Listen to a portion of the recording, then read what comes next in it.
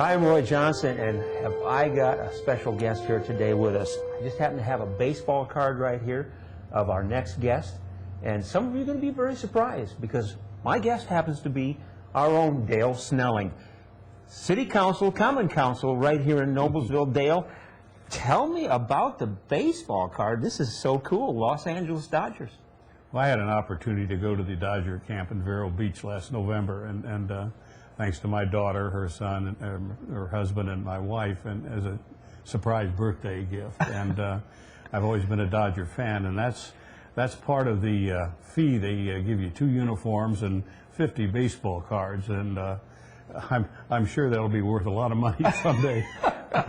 Well, before we get into these stories, I want to hear it all. I want you to tell us a little bit about Dale Snelling. For those people who maybe be new around here, there's a lot of people moving in, you know, and tell us about Dale and what you did, because you've received a gift here that probably well into the high 90 percentile of men sitting out there right now wish they could do, which is go to a fantasy baseball camp. So tell me a little bit about Dale, where you came from, what you're doing, and so on. And then I want that quick, because I want a long story on this. I grew up in West Lafayette, and I was fortunate enough to play under a wonderful coach there. As you know, Rick is a competitor across the river, and I weighed a lot younger, but I did play basketball against Rick's high school coach, Joe Heath. I had an opportunity to go to Purdue and play football under Stu Holcomb 3 years, and Jack Mullenkoff 1, with a wonderful group of guys that our claim to fame is Lamar Lundy and Lynn Dawson. Got into coaching, coached about 10 years, 6 years at Knox, Indiana, 4 years to 5 at Noblesville, and retired at an early age and got into insurance business, then later real estate. So I've been in Noblesville since 1963. It's home to me. I married a wonderful gal from Noblesville, and we've been here a long time, and it's home. It's a wonderful place to raise kids and live. And a lot of people are going, you know, I think I see him every couple of weeks on television. And without of course, a mustache, that part of the Noblesville Common Council, and takes a seat up there and do your duty for the city of Noblesville. Thank you. I want to hear how this came about. You said your daughter gave it to you as a gift, and what is entailed. I mean, are there just certain dates you can go, and everything that happens there? Because it looks to me like you did some baseball playing while you were there. They have 2 camps a year, one in February, the first week in February, and the first week in November. And I've always been a Dodger fan. Growing up in West Lafayette, I listened to a lot of Cub games, but Gil Hodges probably was from Princeton, Indiana, was the first Dodger player that I recognized of Indiana, and later Carl Erskine, of course. Jackie Robinson was quite a hero of mine as he broke the race barrier in 1947. The camp itself is a fantasy camp that we had 105 gentlemen, 105 ladies, 105 members there. There were 2 gals that played ball, suited up every day. We played 6 games. They were 9-inning games. Some of your managers pitched, and I'll get into who some of the celebrities were. And then you had your own teammates pitch. And we ended up with a 3-3 record. Jerry Royce was our manager, who was a pitcher on the World Series, I believe in '88 or somewhere in that range. Big, tall left-hander. Ron Say was a manager. Ron played on the World Series along with Steve Yeager, Billy Russell. Maury Wills was to be there, and he did not make the camp. I mentioned Steve Yeager. Rick Mundy. Rick was the one that stomped on the flag out in Wrigley Field, where a guy and his son set a flag on fire. And in fact, he was sent back. This was near Veterans Day. He left the camp and was honored in Washington by the senators for that heroic effort of stopping the flag burning. Let me think. There's some. Oh, Reggie Smith was a black player for him, and an excellent ball player. Was our batting instructor. But you're around these old Dodgers all day, every day. You sit and eat dinner with them. Fortunately, one night I sat and ate dinner with Duke Snyder and his wife, Carl Erskine, and his lovely wife Betty, and his son Jimmy. And those are just once-in-a-lifetime things. And the 105 guys enjoy themselves just tremendously. You dress in a locker room. They give you 2 uniforms, a home and away. I happen to have my home uniform in the basement. My lovely wife bought a mannequin for me, so I have a Dodger in the basement, and every time I go down there, I think there's someone standing there, and there is someone standing there. But it was a wonderful camp, and the food was great. They took a lot of pictures. You have Duke Snyder, Carl Erskine, Clem Labine, and Ralph Branca from the old Dodger team in the 40s, late 40s. They were just absolutely wonderful people, and they got up one night, and I have it on video, and entertained us on the old days of the Dodgers. So I think everybody enjoyed the thing tremendously. A great time. You know what, Rick? We're going to take a short break because there's so much more I want to ask you about this camp and what the days were like and so on. We'll be back right after this with more of number 52 with the 2006 Los Angeles Dodgers, Dale Snelling.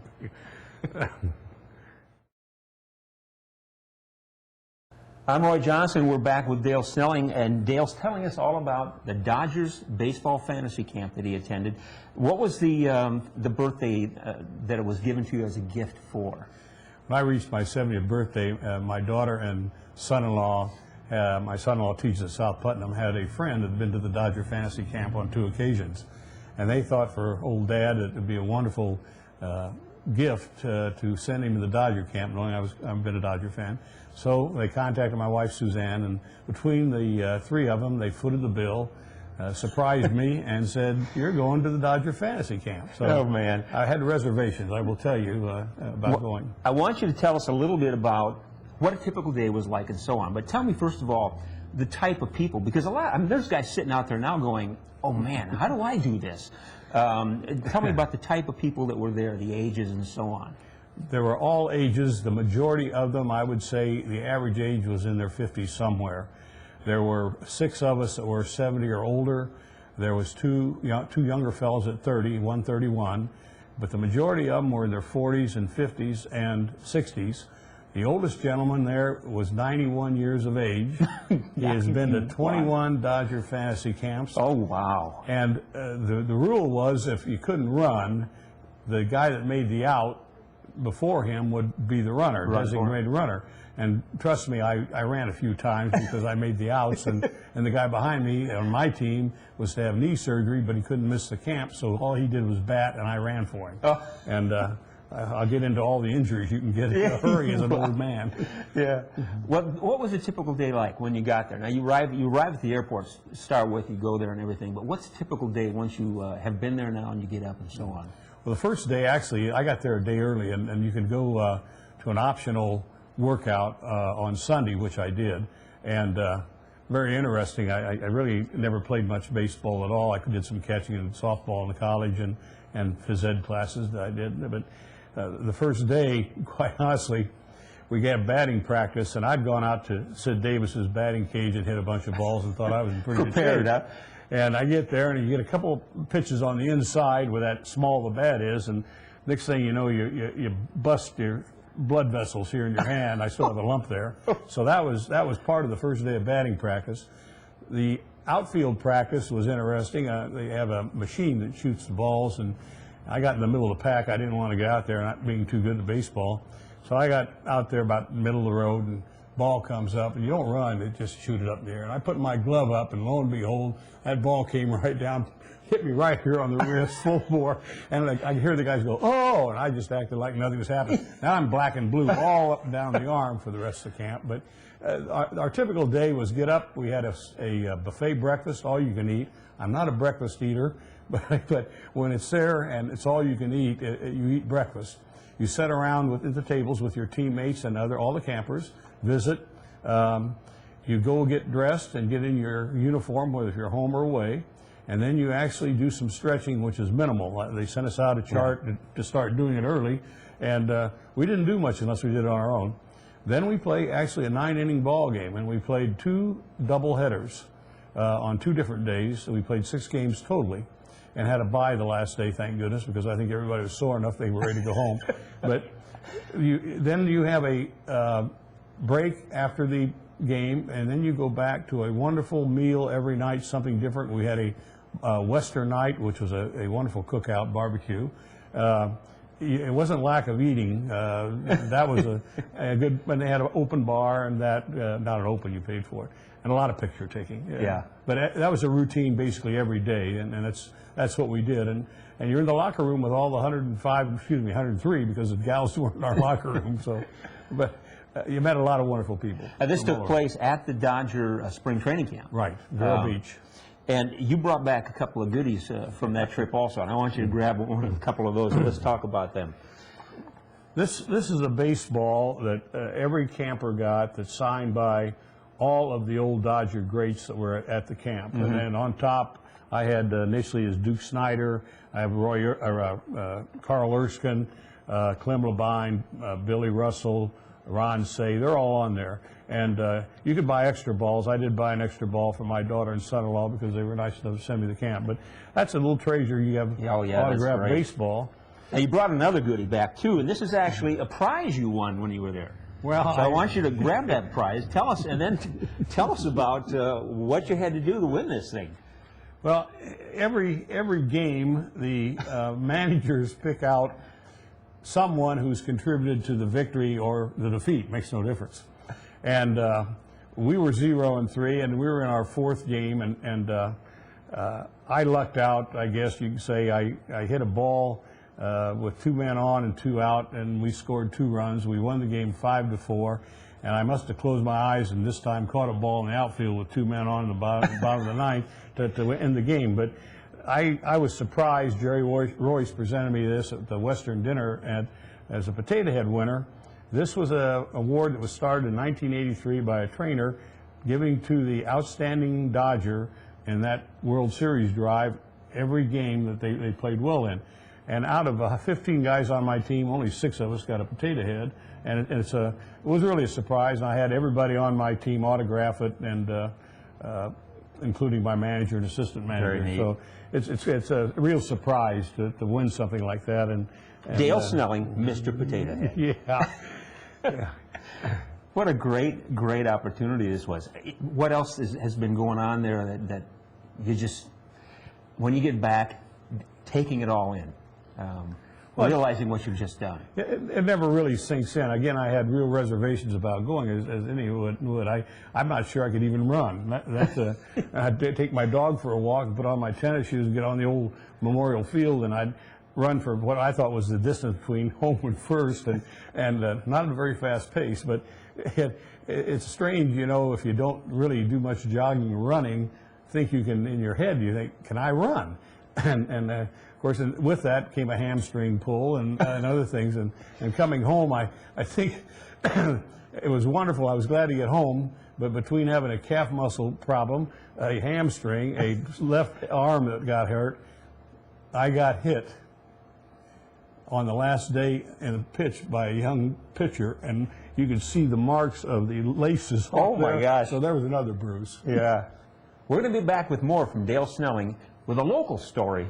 Quite interesting, actually. Be back right after this. Hi, we're back once again. I'm Roy Johnson. We're visiting with Dale Snelling regarding the Dodgers Baseball Fantasy Camp. And Dale, you told me you had a pretty neat story about a local connection here. Tell me about that. The last day we played all the managers and the old Dodger players in what's called Holman Stadium, a lovely spring training facility. And they introduced each one of us individually, and a gentleman named Guy Wellman has been director of that camp for many, many years, 23 years, I believe.